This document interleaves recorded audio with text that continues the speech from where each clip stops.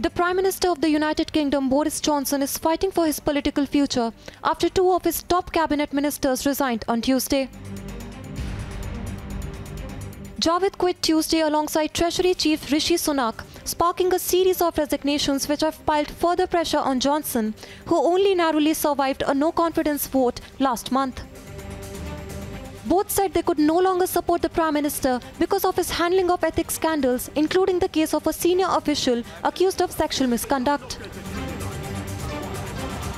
But I do fear that the reset button can only work so many times. There's only so many times you can turn that machine on and off before you realise that something is fundamentally wrong. Last month, I gave the benefit of doubt one last time. But I haven't concluded that the problem starts at the top. That is not going to change. I have concluded that the problem starts at the top, and I believe that is not going to change.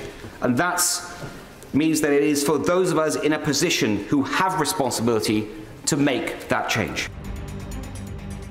He added that it was impossible for him to stay in his post, saying he could no longer serve under the scandal-tarred leadership.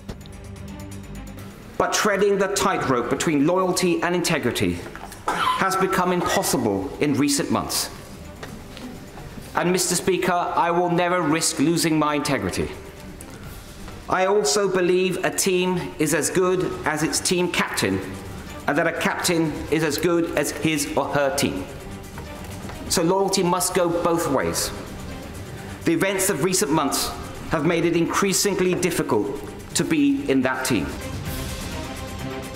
Johnson quickly replaced the two top ministers, but a string of junior ministers have also stepped down, and Johnson's support inside his Conservative Party is shrinking rapidly. In fact, the new Treasury Chief Nadim Zahawi voiced his support for the troubled Prime Minister.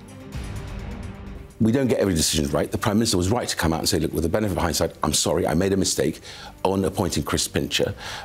That's the right thing to do. Johnson's office initially said he wasn't aware of the previous accusations when he promoted Pincher in February.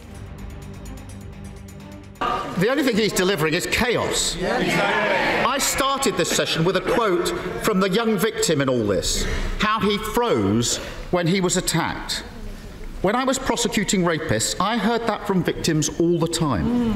Victims said they froze because it's not about sex, it's about power. And the power the disgraced government minister had was handed to him by that Prime Minister. But by Monday, a spokesman said Johnson did know of the allegations, but they were either resolved or did not progress to a formal complaint.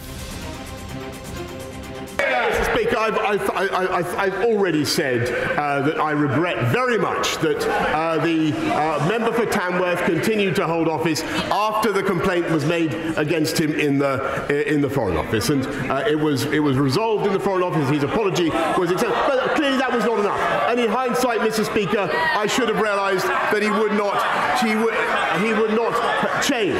However, when it came to the Friday of last week, and when I was given the information that he's read out about the complaint that was made against the honourable member, I acted immediately, Mr. Speaker, and I took the whip away from him.